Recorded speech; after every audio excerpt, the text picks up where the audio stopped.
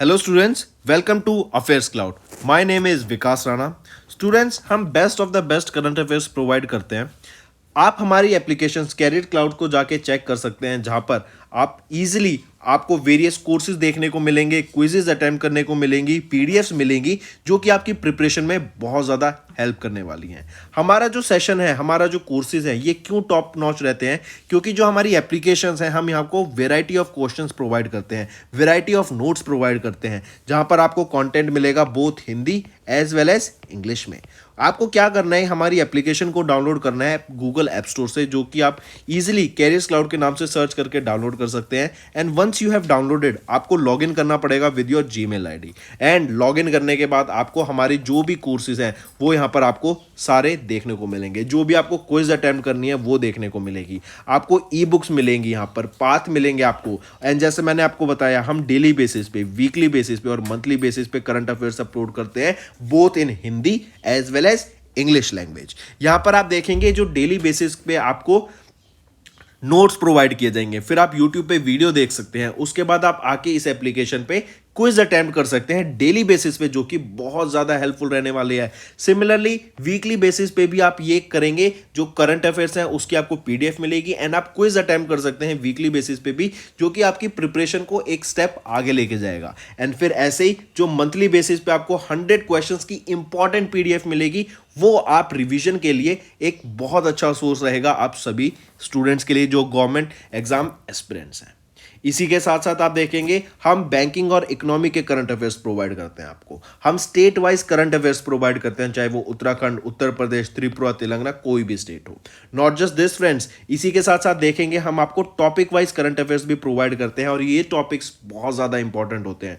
Topics देखें तो जैसे important days, national affairs, international affairs, sports, defence, science and technology, apps and web portals, name the topic, और आपको उस topic के यहाँ पे करंट अफेयर्स देखने को मिलेंगे। जो भी गवर्नमेंट स्कीम्स लॉन्च की जाती हैं, जो भी एमओयू साइंस किए जाते हैं, जो भी इंडेक्सेस एंड रिपोर्ट्स आती हैं, वो सारी हमारे द्वारा कवर की जाती हैं, ताकि स्टूडेंट को one of the best experience मिल सके करंट अफेयर्स का। हेलो एवरीवन, तो आज की वीडियो में हम इंडेक्सेस एंड रिपोर्ट्स के बारे में डिस्कस करेंगे फॉर द जून मंथ। ये सेशन आप सभी के लिए काफ़ी हेल्पफुल रहेगा और इम्पॉर्टेंट सेशन है, तो एंड तक बने रहिएगा। काफ़ी कुछ आपको यहाँ सीखने को मिलेगा। तो चलिए स्टार्ट करते हैं। पहला question, what is the rank of India in the global gender gap report 2023 के लिए? तो सबसे पहले तो ये याद रखेंगे, ये जो ग्लोबल जेंडर गैप रिपोर्ट है ना, ये रिलीज़ किसके द्वारा की गई थी? तो ये रिलीज़ की गई थी वर्ल्ड इकोनॉमिक फोरम के द्वारा, WEF के द्वारा। ठीक है, और यहाँ पे पूछा जा रहा है कि इंडिया की क्या रैंक रहेगी, तो इंडिया की रैंक थी 127th। ठीक है, तो ये ऑप्शन करेक्ट हो गया। फिर यहीं पर अगर मैं पूछूं ये कितनी कंट्रीज में से था, 146 में से इंडिया की रैंक थी 127। एंड यहाँ पर टॉप किसने किया? आइसलैंड ने इस इंडेक्स में टॉप किया है in this global gender gap report. Iceland, फिर आ जाता है नॉर्वे, फिर आ जाता है आपका फिनलैंड, न्यूजीलैंड एंड स्वीडन। ठीक, next, what is the rank of India in fostering effective energy transition? या फिर अगर मैं पूछूं इंडिया की रैंक बताओ एनर्जी ट्रांजिशन इंडेक्स में। एनर्जी ट्रांजिशन इंडेक्स में इंडिया की क्या रैंक रहेगी 2023 के लिए?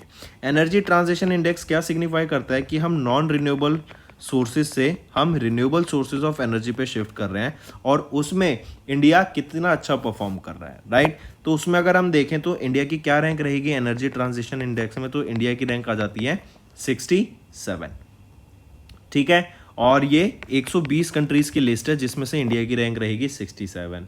यहीं पर अगर हम बात करें टॉप किसने किया, फर्स्ट रैंक किसकी आ जाती है एनर्जी ट्रांजिशन इंडेक्स में, तो वो है स्वीडन। सेकंड पोजीशन पे डेनमार्क, थर्ड पोजीशन पे नॉर्वे, और फोर्थ पे आ जाता है फिनलैंड।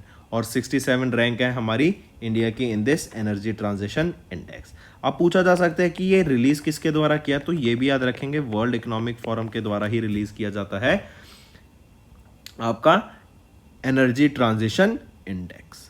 ठीक है, चलिए नेक्स्ट पे आते हैं। फिर नेक्स्ट है what is the rank of India in the world competitiveness index 2023 के लिए? तो वर्ल्ड कॉम्पिटिटिवनेस इंडेक्स की बात करें तो ये रिलीज़ किसके द्वारा किया जाता है, तो ये रिलीज़ किया जाता है IMD के द्वारा, international institute for management development के द्वारा ये रिलीज़ किया जाता है। ये आपका 35th एडिशन है of the world competitiveness index, right. यहाँ पर जो इंडिया की रैंक रहेगी क्या रहेगी, 40th पोजीशन पे आ जाता है, correct. In world competitiveness index India की रैंक रहेगी 40। यहाँ पर टॉप किसके द्वारा किया गया, डेनमार्क के द्वारा।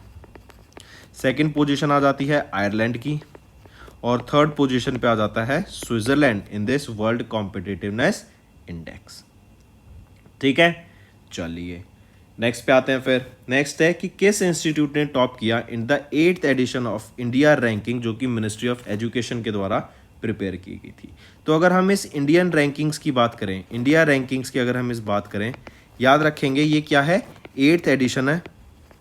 किसके द्वारा प्रिपेयर किया गया, मिनिस्ट्री ऑफ एजुकेशन के द्वारा इसको रिलीज किया गया, प्रिपेयर किया गया, करेक्ट। और यहाँ पर जो ये रैंकिंग रहेगी ना, ये आपकी बेस्ड रहती है NIRF के पैरामीटर्स के ऊपर, राइट। जो पैरामीटर्स, जो guidelines national institutional ranking framework के द्वारा दी गई है, उसके हिसाब से अगर हम देखें तो IIT मद्रास चेन्नई तमिलनाडु में जो है इसने टॉप किया है for the 5th consecutive time. तो यहाँ पर हम बात करें किस इंस्टीट्यूट ने टॉप किया, 8th edition of India ranking जो मिनिस्ट्री ऑफ एजुकेशन के द्वारा रिलीज की गई, वो है IIT Madras, correct. IIT Madras ये कहाँ पर है आपका, बेंगलोर कर्नाटका में, करेक्ट। फिर अगर मैं यहीं पे पूछूं इसके बाद, सॉरी IIT मद्रास ये कहाँ पर आपका, चेन्नई तमिलनाडु में। फिर ये तो हो गया फर्स्ट पोजीशन पे। सेकंड पोजीशन पे क्या आ जाता है आपका, वो है IISc बेंगलोर। ये IISc बेंगलोर कर्नाटका में है, इसकी सेकंड पोजीशन रहेगी। थर्ड पोजीशन पे क्या आ जाता है, IIT दिल्ली, ठीक है। IIT मद्रास टॉप पर, IISc बेंगलोर सेकंड और IIT दिल्ली थर्ड पोजीशन पे आ जाता है इन दिस इंडिया रैंकिंग, जो कि मिनिस्ट्री ऑफ एजुकेशन के द्वारा रिलीज की गई थी, और इसका 8th एडिशन ये रहेगा, ठीक है। चलिए, और एक चीज और याद रखेंगे, जो IIT मद्रास है ना, ये आपका सेकंड बेस्ट इंस्टीट्यूशन है फॉर इनोवेशन। अब आपका एक होमवर्क देता हूँ, और क्वेश्चन का आंसर मैं दे चुका हूँ ऑलरेडी, बस आपको ढूंढना है वो बेस्ट इंस्टीट्यूट कौन सा है फॉर रिसर्च एंड डेवलपमेंट के लिए, कौन सा है बताइए। For innovation and research and development के लिए जो बेस्ट इंस्टीट्यूट है वो कौन सा है। सेकंड नंबर पे तो आ जाता है आपका IIT मद्रास, फर्स्ट पर क्या है। चलिए नेक्स्ट, किस इंस्टीट्यूट ने टॉप किया QS वर्ल्ड यूनिवर्सिटी रैंकिंग 2024 को। तो वर्ल्ड की अगर हम बात करें तो MIT ने टॉप किया, इसकी फर्स्ट पोजीशन रहेगी। सेकंड पोजीशन पे आ जाता है आपका कैम्ब्रिज यूनिवर्सिटी, और थर्ड पोजीशन पे आ जाती है आपकी ऑक्सफोर्ड यूनिवर्सिटी, करेक्ट। तो क्वाकरेली वर्ल्ड यूनिवर्सिटी रैंकिंग में MIT ने टॉप किया, कैम्ब्रिज यूनिवर्सिटी सेकंड और ऑक्सफोर्ड आपकी थर्ड पोजीशन पर आ जाती है, राइट। यहीं पर अगर मैं बात करूं कि इंडिया में किस यूनिवर्सिटी ने टॉप किया है, ग्लोबली का तो रहने देते हैं अभी, इंडिया में किसने टॉप किया, तो वह है IIT बॉम्बे, करेक्ट। इन्होंने टॉप किया। यहाँ पर इनकी रैंक रहेगी ग्लोबली 149th, और हम कह सकते हैं कि टॉप 150 में जो एक लौती इंडियन इंस्टीट्यूट है in this QS world university ranking 2024 में, वो आ जाती है हमारी IIT बॉम्बे, जिसकी रैंक है 149th, ठीक है। और यहाँ पर जो MIT ने टॉप किया है, याद रखेंगे 12th टाइम इन्होंने टॉप किया है 2012 से 2014 तक, एंड फ्रॉम 2014 से 24 तक यहाँ पर इन्होंने टॉप किया। Next, hunger hotspots FAO world food programme early warnings on acute food insecurity June to November 2023 की ये रिपोर्ट थी, रिलीज की गई थी। अब आपसे पूछा जा रहा है इसके बारे में, अर्ली वार्निंग्स, ठीक है। तो ये हंगर हॉटस्पॉट की बात की जा रही है, तो सबसे पहले याद रखेंगे ये रिपोर्ट रिलीज किसके द्वारा की गई, FAO food and agriculture organisation, जो कि यूनाइटेड नेशन का आर्म है, एंड वर्ल्ड फूड प्रोग्राम के द्वारा मिलकर इस रिपोर्ट को रिलीज किया गया जून से नवंबर की ये रिपोर्ट। और यहाँ पे बताया गया कि आने वाले टाइम में जो फूड इनसिक्योरिटी है ना ग्लोबली, जो हंगर है, भुखमरी है, वो आप देखेंगे बढ़ जाएगी, वो राइज पर है। इवन अगर आपको याद हो, अगर मैं पाकिस्तान का केस लेके चलूँ, तो जहाँ यहाँ पर इन्फ्लेशन है ना वो बहुत ज़्यादा हाई हो गई थी, क्योंकि यहाँ पर पहले फ्लड आ गई, फिर यहाँ पे इकोनॉमिक क्राइसिस तो वैसे ही चलती रहती है, और अब फ्लड आने के बाद हमने देखा 1/3 पाकिस्तान पानी के अंदर था, और यहाँ पे जो फूड के प्राइसेस थे वो बहुत ज़्यादा हाई हो गए थे। इवन लोगों को एक टाइम का प्रॉपर खाना नहीं मिल रहा था, अगर कोई हेल्प भी प्रोवाइड की जा रही थी तो आप देख रहे थे, हमने वीडियो में भी देखा कि वहाँ पर लोग एक दूसरे को धक्का देके एकदम भगदड़ मची हुई है just for small amount of food, क्योंकि लोगों के पास खाने के पैसे भी नहीं थे और वो खरीद सके, और वहाँ पे तो उतना काम भी नहीं है कि लोग वहाँ पे अपना गुजारा करके अपना प्रॉपर खाना खा सके। तो बहुत ज़्यादा वहाँ पर दिक्कत हो गई, तो फूड के प्राइसेस 2 to 3 टाइम्स वहाँ पर बढ़ गए। अब इससे क्या होगा, जो लोग अफोर्ड नहीं कर पाते थे पहले फूड, अब वो तो बिल्कुल नहीं कर पाएंगे, प्लस जो और लोग जो प्राइस बढ़ने से अफोर्ड नहीं कर पा रहे वो भी इस हंगर जोन में आ गए, राइट। तो ऐसे ही ये जस्ट तो सिर्फ पाकिस्तान का एग्जांपल है, आप ग्लोबली देखेंगे बिकॉज ऑफ हाई इन्फ्लेशन हर जगह आप देखेंगे फूड इनसिक्योरिटी बढ़ती जा रही है। एंड अभी इन दोनों ऑर्गेनाइजेशंस के द्वारा एक रिपोर्ट रिलीज की गई जिसमें बताया गया आने वाले टाइम में जो ग्लोबल जो हंगर है वो बढ़ जाएगी। एंड 18 हॉटस्पॉट्स ऐसे इन्होंने दर्शाए जहां पर जो हंगर है वो और ज़्यादा होगी अक्रॉस 22 कंट्रीज। फिर इसमें से कुछ नेबरिंग कंट्रीज हैं जैसे पाकिस्तान, अफगानिस्तान, म्यांमार, यहाँ पर हम देखेंगे जो इन्फ्लेशन है और जो फूड कॉस्ट है, हंगर है, वो ज़्यादा होगी। करेक्ट। चलिए नेक्स्ट पे आते हैं। वर्ल्ड ऑफ वर्क, ये एक रिपोर्ट थी किस ऑर्गेनाइजेशन के द्वारा रिलीज की गई, तो वर्ल्ड ऑफ वर्क ये ILO इंटरनेशनल लेबर ऑर्गेनाइजेशन के द्वारा रिलीज की गई। इसका 11th एडिशन था इस रिपोर्ट का जो अभी रिलीज किया गया है।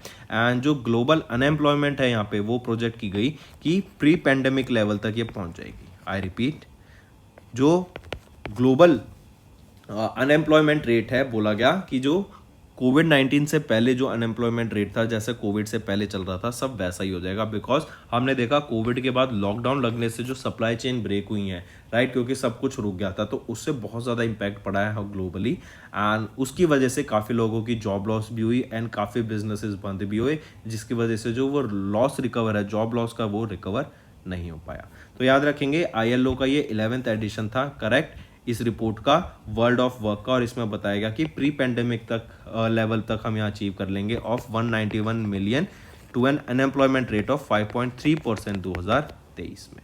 और यहाँ पे बताया गया कि जो ग्लोबल गैप है, जो ग्लोबल जॉब गैप है, वो प्रोजेक्टेड है 553 मिलियन पीपल और 11.7%, जो कि which ever is more than the double of unemployment count.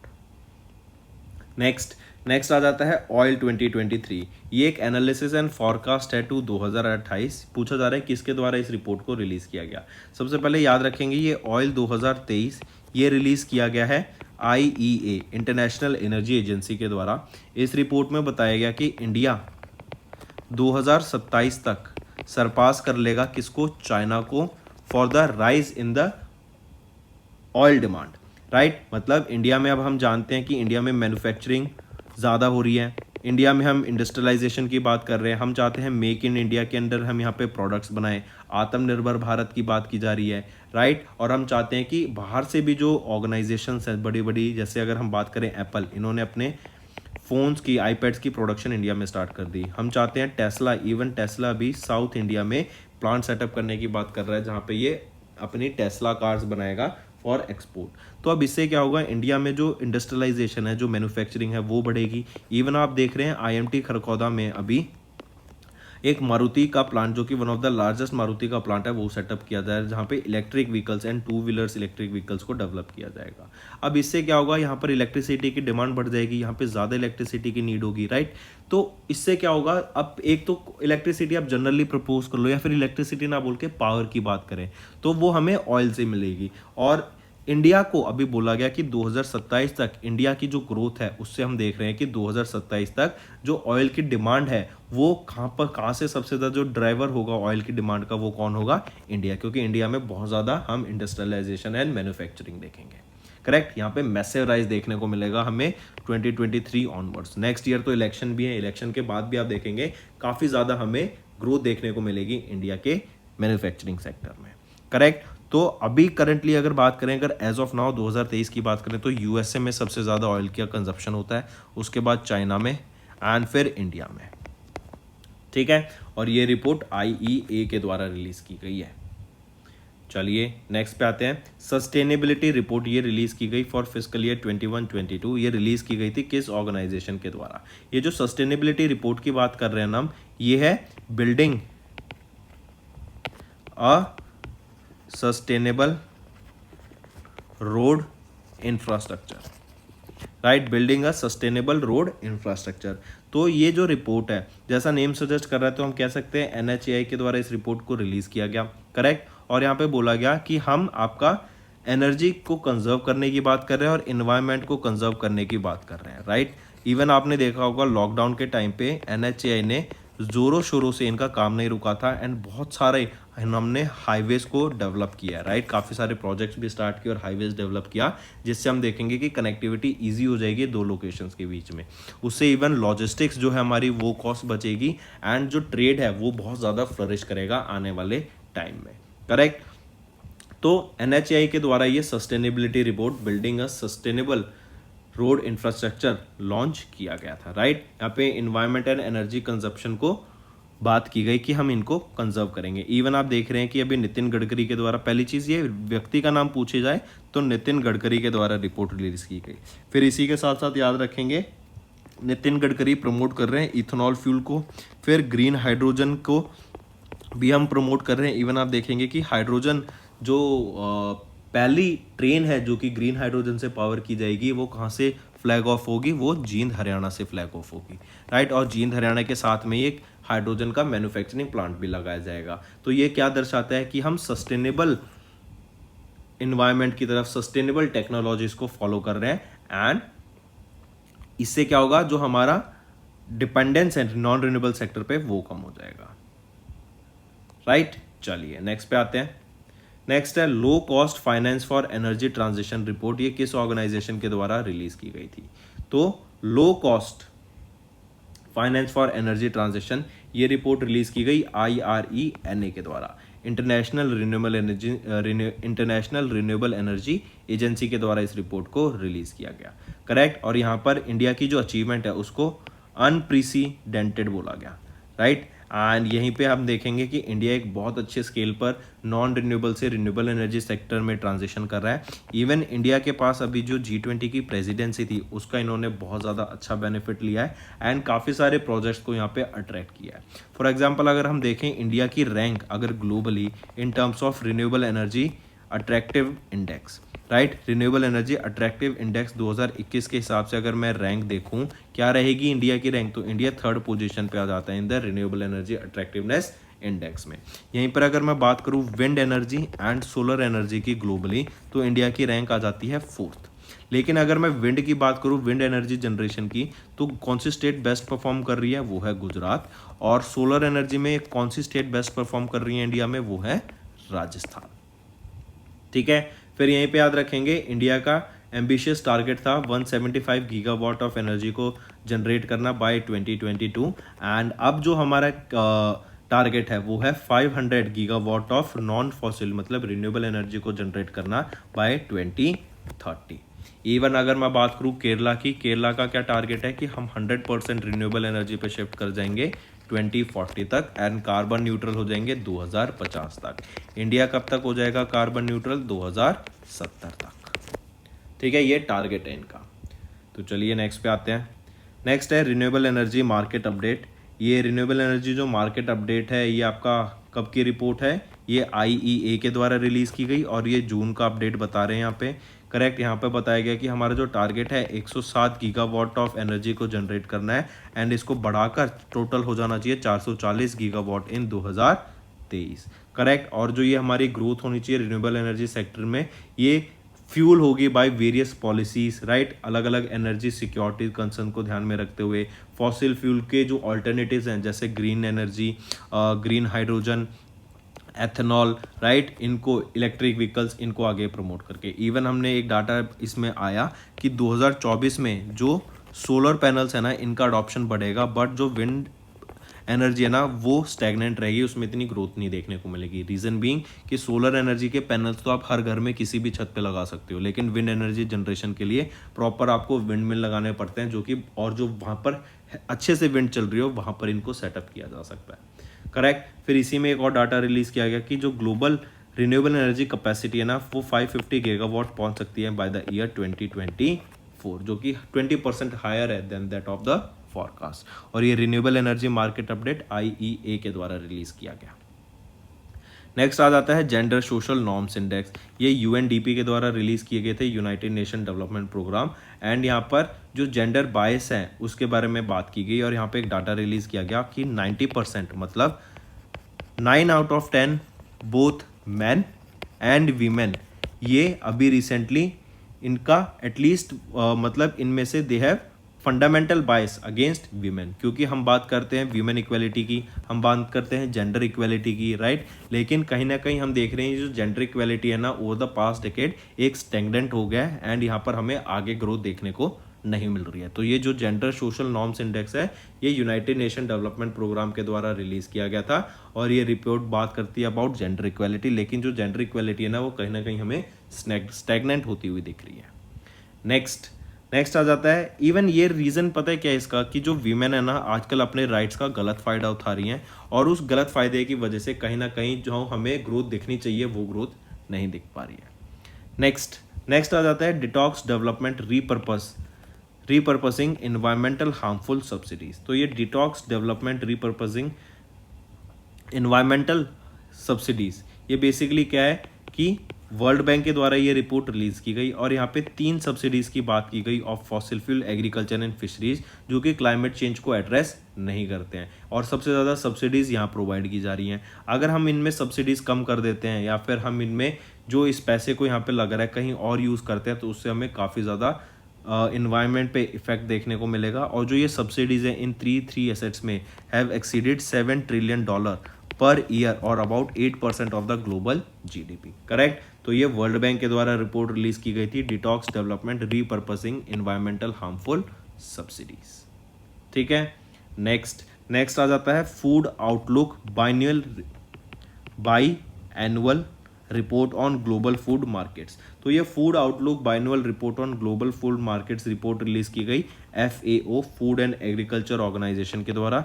ये यूनाइटेड नेशन का ही एक आम आ जाता है और इसमें बताया गया कि 2023 के लिए जो टोटल फूड बिल था पूरे वर्ल्ड का वो था $1.98 ट्रिलियन का, करेक्ट। और अगर इसका बात करें 2022 के हिसाब से तो ये 1.5% से इंक्रीज हुआ।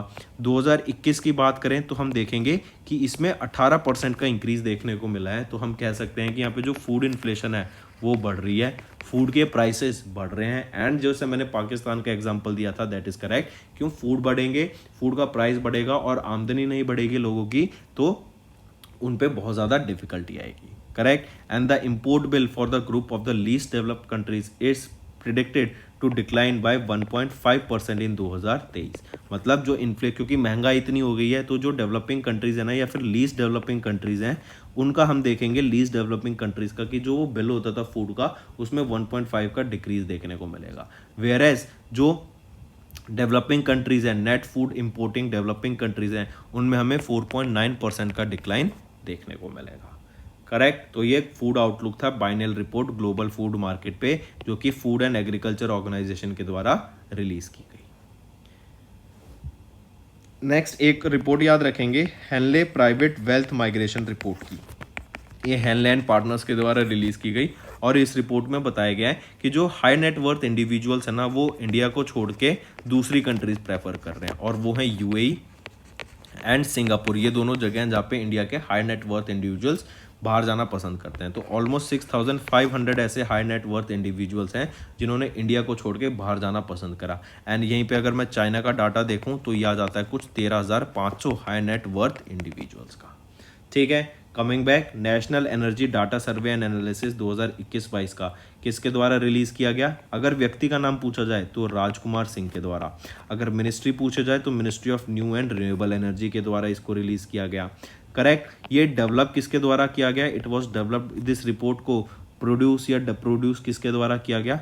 तो BEE bureau of energy efficiency and NITI Aayog के द्वारा इस रिपोर्ट को प्रोड्यूस किया गया। और ये डाटा सजेस्ट करता है कि हमारा कौन सा सेक्टर ऐसा है जहाँ पे हम सबसे ज़्यादा एनर्जी को ग्रोथ कर रहे हैं या फिर टोटल अगर हम देखें इंडिया में किस सेक्टर में कितनी एनर्जी की ग्रोथ हो रही है, किस सेक्टर में कितनी एनर्जी कंज्यूम हो रही है, क्या उसके पैटर्न्स हैं, राइट। कब उसकी डिमांड कम होती है या कब उसकी डिमांड ज़्यादा होती है, कौन सा सेक्टर एनर्जी को ज़्यादा जनरेट कर रहा है। जैसे फॉर एग्जांपल रिन्यूएबल एनर्जी में सोलर एनर्जी की बात करें तो दिन में वो एनर्जी ज़्यादा जनरेट करती है और रात को वो एनर्जी जनरेट नहीं करती। तो हम उस एनर्जी को ऐसी जगह यूज़ करें जहाँ पे एनर्जी की दिन में ज़्यादा डिमांड हो तो वहाँ से उस एनर्जी को चैनल किया जा सके। तो ये सारा एक डाटा एक रिपोर्ट बनाई जाती है कि कौन सा सेक्टर कितनी एनर्जी यूज़ कर रहा है, कहाँ से एनर्जी आ रही है, क्या उसके पैटर्न्स है, तो उस सारी पे यहाँ पे बात की जाती है, करेक्ट। और उसके हिसाब से फिर आगे डिसीजंस लिए जाते हैं। करेक्ट। तो ये ministry of new and renewable energy के द्वारा इस रिपोर्ट को रिलीज किया गया था।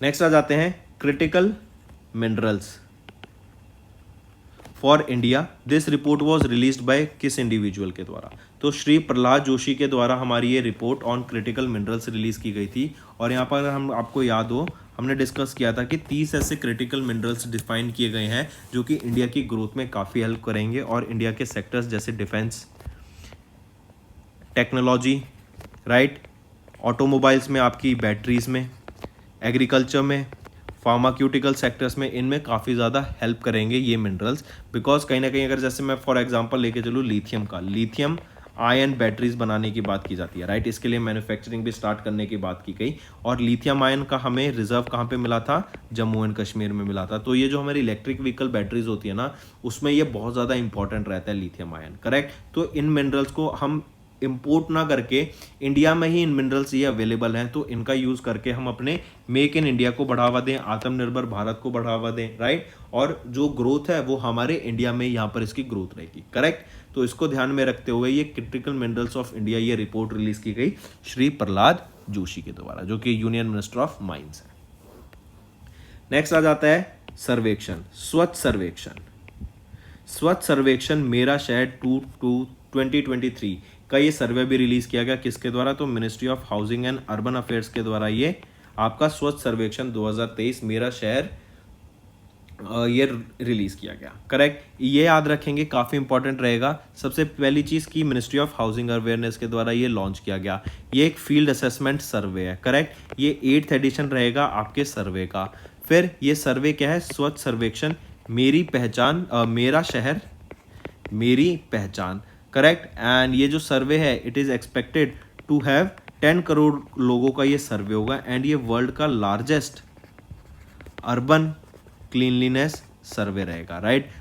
1 महीने के अंदर ये आपका सर्वे पूरा हो जाएगा, करेक्ट। तो याद रखेंगे इसके अंदर आप जो लोग हैं वो भी ये बता सकते हैं कि किस जगह पर आपको दिक्कत लगती है, कहाँ पे आपकी सफाई होनी चाहिए, वो सारी कंप्लेंट्स इंडिविजुअल्स यहाँ पे फाइल कर सकते हैं, करेक्ट। तो याद रखेंगे ऑलमोस्ट 4500 सिटीज़ का ये सर्वे कराया जाएगा।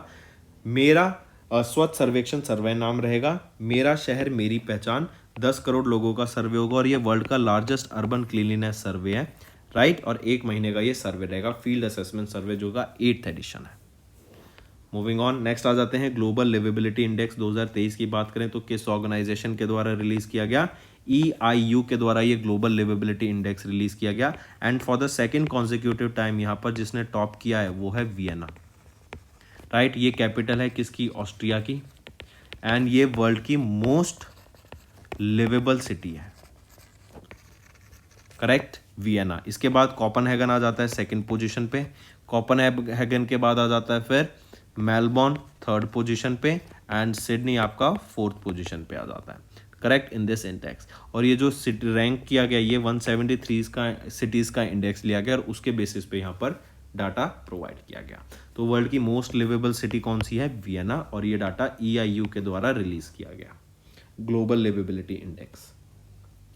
नेक्स्ट बात करते हैं ग्लोबल स्टार्टअप इकोसिस्टम रिपोर्ट की। इसमें अगर मैं बात करूं सबसे पहले इंडेक्स देख लेते हैं कि कौन सी सिटी बेस्ट है इन terms of this index, right.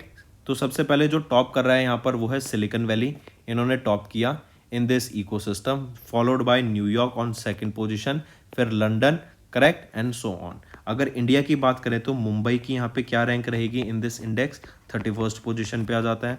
Bangalore Karnataka आपका 20th पोजीशन पे आ जाता है एंड दिल्ली NCR आपका 24th पोजीशन पे आ जाता है in this global startup ecosystem report. ये रिपोर्ट रिलीज किसके द्वारा की गई थी? तो ये स्टार्टअप जिनोम के द्वारा इस रिपोर्ट को रिलीज किया गया था, करेक्ट। और हम देख रहे हैं कि इंडिया में जो स्टार्टअप इकोसिस्टम है ना, जो पहले 3-4 साल जो ग्रोथ रही थी वो ग्रोथ अब नहीं है। कहीं ना कहीं हमें स्टार्टअप इकोसिस्टम में एक स्लो डाउन देखने को मिल रहा है। बट इवन एक एग्जांपल लेके चलते हैं बायजूस का। जैसे बायजूस की जो वैल्यूएशन है कितनी कम हो गई है एंड फंडिंग क्रंच की वजह से यहाँ पे बहुत दिक्कत आ रही है।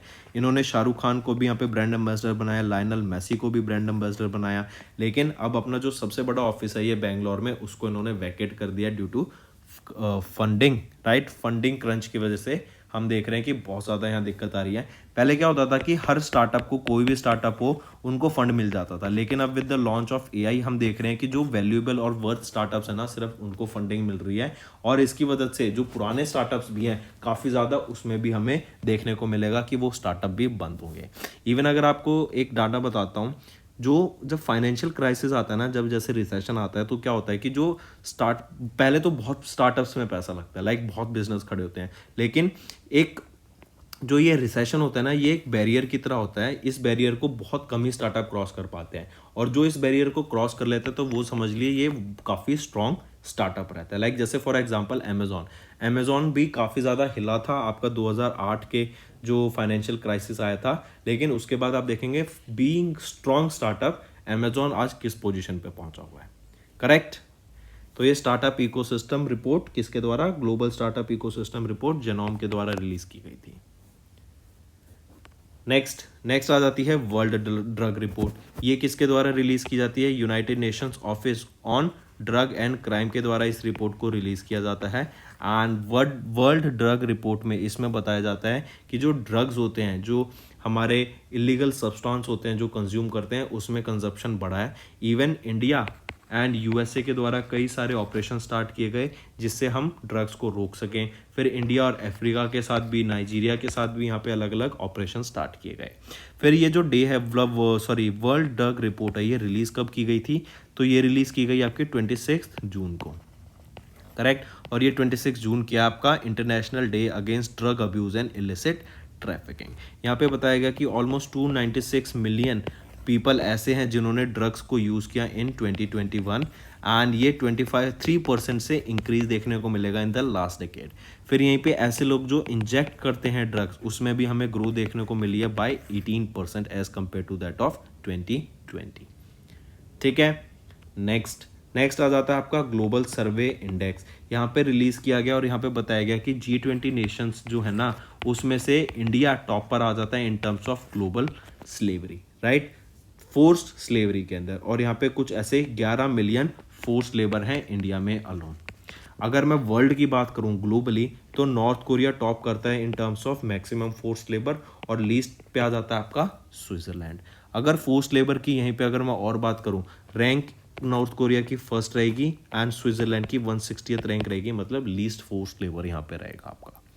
ठीक है। ओवर द लास्ट 5 ईयर्स हमने 25% इंक्रीज देखने को मिला है इन द फोर्स्ड लेबर या मॉडर्न स्लेवरी आजकल हम कह सकते हैं।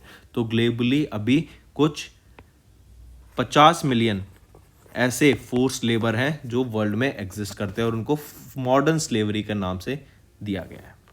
नेक्स्ट आ जाता है फिर आपका THE एशिया यूनिवर्सिटी रैंकिंग 2023 की। राइट, यहाँ पर IISc बेंगलोर ने टॉप किया अमंग इंडियन इंस्टीट्यूट्स। लेकिन यहीं पे अगर मैं ग्लोबली बात करूँ तो रैंक क्या रहेगी IISc बेंगलोर की, तो ग्लोबली 48 पोजीशन पे आ जाता है आपका। राइट, यहाँ पे सिंगवा यूनिवर्सिटी ऑफ चाइना ने टॉप पोजीशन सिक्योर की। पैकिंग यूनिवर्सिटी ऑफ चाइना ये आपका सेकंड पोजीशन पे आ जाता है। लेकिन IISc बेंगलोर ने टॉप किया इन इंडियन यूनिवर्सिटी और ग्लोबली इसकी रैंक रहेगी 48। राइट, और ये जो THE एशिया यूनिवर्सिटी रैंकिंग है ये 11th एडिशन था आपका इस रैंकिंग का। करेक्ट। चलिए, और यहाँ से इंडिया से 75 इंस्टीट्यूट ऐसे हैं जो इस लिस्ट में आए, और टोटल 669 यूनिवर्सिटीज़ की ये लिस्ट थी जिसमें से 75 इंडियन यूनिवर्सिटीज़ हैं। नेक्स्ट आ जाते हैं 2022 की बरगंडी प्राइवेट ह्यूरन इंडिया 50 ये रिपोर्ट रिलीज की गई। ये 6 महीने का अपडेट है। यहाँ पे बताएगा कि RIL ने टॉप किया है as the India's most valuable brand. अगर मैं RIL की बात करूँ, रिलायंस इंडिया लिमिटेड की, हमने देखा कि ये इंडिया का मोस्ट वैल्यूएबल ब्रांड है, तो इसकी वैल्यू कितनी है 16.37 लाख करोड़। इसके सेकेंड पोजिशन पे आ जाता है फिर TCS जिसकी वैल्यूएशन है 11.76 लाख करोड़। फिर आ जाता है HDFC थर्ड पोजीशन पे जिसकी वैल्यूएशन है 9.41 लाख करोड़ की। ठीक है, याद रखेंगे। तो इंडिया की मोस्ट वैल्यूएबल अभी ब्रांड कौन सा है according to 2022 Burgundy Private Hurun, तो वो है RIL। नेक्स्ट याद रखेंगे। एक से मैं बात करूं इंडिया का मोस्ट वैल्यूएबल ब्रांड कौन सा रहेगा according to the Brand Finance report of 2023, तो वो है टाटा ग्रुप। राइट, और जो इनकी वैल्यूएशन आ जाती है वो है 26.38 बिलियन डॉलर, राइट। ये आपकी टाटा ग्रुप की वैल्यूएशन है और यहाँ पर 10% का हमें ग्रोथ देखने को मिला है as compared to that of 2022। और ये पहली ऐसी कंपनी है जिन्होंने 25 बिलियन डॉलर का मार्क क्रॉस किया है। First Indian company to cross 25 billion dollar mark वो है टाटा ग्रुप, राइट। फिर इसके बाद आ जाती है आपकी इन्फोसिस, वो है 13 बिलियन डॉलर का मार्क उन्होंने टच किया। एंड LIC ग्रुप वो 9.8 बिलियन डॉलर का वैल्यू टच किया। Next, who is the world's most influential CMO? World के मोस्ट इन्फ्लुएंशियल CMO कौन है? वो है विलियम वाइट। ये किसके हैं? वॉलमार्ट के, राइट। वॉलमार्ट के CEO हैं, वर्ल्ड के मोस्ट इन्फ्लुएंशियल CEO में। और अगर मैं बात करूँ हरीश भट्ट की, हर्ष भट्ट नहीं, HARISH, हरीश भट्ट, तो ये आपके 10th पोजीशन पे आते हैं in terms of world's most influential CMO के लिस्ट में, जो कि फॉर्ब्स के द्वारा रिलीज की जाती है। 10th पोजीशन पे है। और ये किस कंपनी के CMO हैं? हरीश भट्ट, याद रखेंगे। ये आपके CMO आ जाते हैं कहाँ के? टाटा ग्रुप के, करेक्ट। और वर्ल्ड के मोस्ट इन्फ्लुएंशियल CMO कौन है? विलियम वाइट, ये जो कि वॉलमार्ट के CMO रहेंगे। नेक्स्ट है विच companies ranked first in Asia and among top 10 companies globally in renewable energy sector by ISS ESG governance। तो वो है अडानी ग्रीन एनर्जी। इसने एशिया में फर्स्ट पोजीशन आई और ग्लोबली ये टॉप 10 पोजीशन में आ जाता है इन terms of renewable energy sector, right. Even अगर आपको याद हो तो अडानी ग्रीन एनर्जी लिमिटेड ये बांग्लादेश को भी इलेक्ट्रिसिटी सप्लाई कर रहे हैं, राइट। तो याद रखेंगे अडानी ग्रीन एनर्जी लिमिटेड ये एशिया की लार्जेस्ट फर्स्ट नंबर पे एंड टॉप 10 कंपनीज आ जाती है globally in terms of renewable energy sector, जो कि ISS ESG परफॉर्मेंस के द्वारा रिलीज किया गया। नेक्स्ट है THE impact ranking 2023, which university topped among the Indian universities. तो यहाँ पे अमृता विश्व विद्यापीठम इन्होंने टॉप किया in this THE impact ranking 2023 के लिए अमंग इंडियन यूनिवर्सिटीज। अगर ग्लोबली बात करूं तो इसकी रैंक रहेगी क्या? ग्लोबली रैंक रहेगी अमृता विश्वपीठम यूनिवर्सिटी की ग्लोबली जो रैंक रहेगी वो क्या है? 52। इंडिया में इन्होंने टॉप किया, राइट। एंड इसकी जो ग्लोबली रैंक है ये 1591 यूनिवर्सिटीज़ हैं अमंग 112 कंट्रीज, उसमें से 52nd रैंक रहेगी और इंडिया में इसने टॉप किया, correct. And it has emerged as the top Indian universities among the Times Higher Education Impact Ranking 2022। और ये THE Impact Ranking की 5th एडिशन की ये लिस्ट थी जिसमें अमृता विश्वपीठम यूनिवर्सिटी ने टॉप किया in India and 52nd rank आ जाती है इसकी ग्लोबली। नेक्स्ट, जो अनएम्प्लॉयमेंट रेट है it has fell to 7.7% in the month of May and ये रिपोर्ट रिलीज की गई है CMIE के द्वारा, जो कि है centre for monitoring Indian economy. तो डायरेक्टली याद रखेंगे। और यहाँ पे अगर आपको याद हो RBI का जो टारगेट था इन्फ्लेशन का वो कितना था? 4% का एंड 2 से लेके 6% के बीच में जो इन्फ्लेशन है वो एक्सेप्टेड होती है। लेकिन अभी कितनी चल रही है? ऑलमोस्ट 5.1% के करीब आपकी इन्फ्लेशन चल रही है, राइट। तो दोस्तों ये था हमारा आज का सेशन इंडेक्सेस एंड रिपोर्ट्स का for the month of June. I hope आपको सेशन पसंद आया होगा। काफ़ी कुछ चीज़ें इसमें आपको सीखने की थी एंड बहुत अच्छा सेशन था। जो ये इंडेक्सेस होते हैं ना ये बहुत इंपॉर्टेंट होते हैं। 1 या 2 इंडेक्स आपके एग्जाम में ज़रूर पूछता है कि इंडिया की क्या रैंक है या फिर ये पर्टिकुलर इंडेक्स किस ऑर्गेनाइजेशन के द्वारा रिलीज़ किया जाता है। तो ये कुछ डाटा होता है जो आपको ज़रूर रखना चाहिए। मैं तो सजेस्ट करूँगा इस वीडियो को 2-3 बार देखो, नोट करो और बार बार रिवाइज ज़रूर करना, right. So that's all for the day friends. Thank you and have a nice day. Friends ये हमारी वीडियो थी। आई होप आपको वीडियो पसंद आई होगी। इसी के साथ साथ फ्रेंड्स आप हमारे यूट्यूब चैनल को सब्सक्राइब कर सकते हैं, आप टेलीग्राम चैनल पे जाके हमें फॉलो कर सकते हैं। एंड इसी के साथ साथ अगर आपको कोई भी प्रॉब्लम आ रही है या तो पेमेंट में या हमारे कोर्सेज के साथ, तो आप हमें कांटेक्ट कर सकते हैं एट द नंबर 7677333862 या फिर आप हमारी मेल आईडी पे हमें मेल कर सकते हैं and I will make sure कि आपकी जो प्रॉब्लम है उसको जल्दी से जल्दी सॉल्व किया जाए। इसी के साथ साथ आप हमारे इंस्टाग्राम हैंडल affairscloud_official को फॉलो कर सकते हैं। कोड और याद रखना वो है विकास10। अगर आपको 10% का एक्स्ट्रा डिस्काउंट चाहिए तो आप विकास10 का कोड यूज कर सकते हैं, आपको क्रैक 10 के अलावा 10% का डिस्काउंट यहां पे मिलेगा। और इसी के साथ साथ अगर आपको कोई भी इश्यू आ रहा है हमारी एप्लीकेशन से रिलेटेड, वेबसाइट से रिलेटेड, या आपका कोर्स परचेज नहीं हो रहा या आपका कोर्स परचेज हो गया, पैसे कट गए हैं या कोई भी इश्यू आ रहा है, तो आप हमें कॉन्टैक्ट कर सकते हैं एट द नंबर 9677333862 या फिर आप मेल कर सकते हैं support@offerscloud.com। affairscloud.com पे एंड आई मेक श्योर हमारा रिप्रेजेंटेटिव आपको जल्दी से जल्दी आपको रीच करेगा एंड आपकी प्रॉब्लम को सॉल्व करेगा. That's all for the day, friends. I hope you enjoyed the session and you can follow us on the YouTube channel as well as apart from YouTube channel, you can go and follow us at Affairs Cloud Telegram channel. And if you have any queries related to the content or the of courses offered to you or the payment which you did on the application, you can contact us on the number provided, that is 7677333862. Apart from this, friends, you can follow us on the Facebook as well as on Instagram handle, that is affairscloud_official. In the end, friends, if you use a code that is Vikas10, you will be getting an additional extra 10% discount by using this code Vikas10. Also, if you have any problem regarding the course purchase, any problem regarding to our application, you can contact us on the mobile number, that is 9677333862. And if you want to mail us, you can also mail us on support@affairscloud.com, and I assure you that our representative from us will be contacting you soon and resolving your issue.